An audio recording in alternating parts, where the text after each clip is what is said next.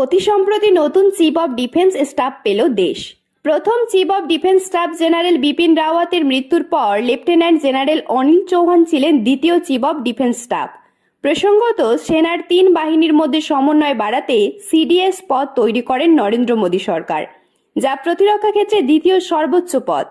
সেই মতো প্রথমবার বিপিন রাওয়াতকে ওই পদে নিয়োগ করা হয়। এবারে নিয়োগ করা হলো নতুন chief of defence staff. Admiral Radhakrishnan হরিকুমারকে নিয়োগ করা হলো দেশের নতুন চিফ অব ডিফেন্স স্টাফ হিসেবে। কিন্তু জানেন কি, কে এই নতুন CDS admiral Radhakrishnan Harikumar? Naval স্টাফের প্রাক্তন প্রধান অ্যাডমিরাল রাধাকৃষ্ণন হরিকুমার 1962 সালের 12 এপ্রিল কেরলের তিরুবনন্তপুরমে জন্মগ্রহণ করেন। 3 সন্তানের মধ্যে সবথেকে বড় তিনি। থাঞ্জাভুরের সেক্রেট হার্ট কনভেন্ট স্কুলে পড়াশোনা তার। এরপর কার্মেল কনভেন্ট স্কুল ও মন্নম মেমোরিয়াল হাই স্কুল থেকে পড়াশোনা করেন তিনি।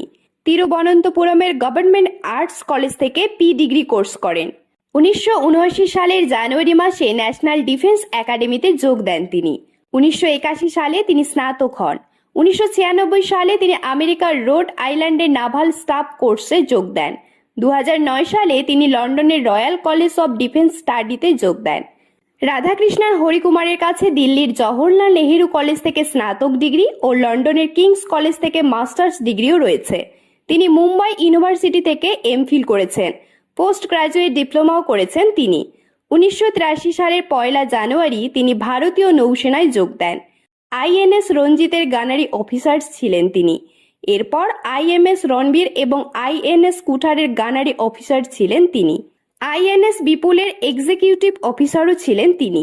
2021 সালের 9 নভেম্বর হরিকুমারকে চিফ অব নাভাল স্টাফ হিসেবে নিয়োগ করা হয়। 2024 সালে 30 এপ্রিল পর্যন্ত এই পদে তিনি ছিলেন।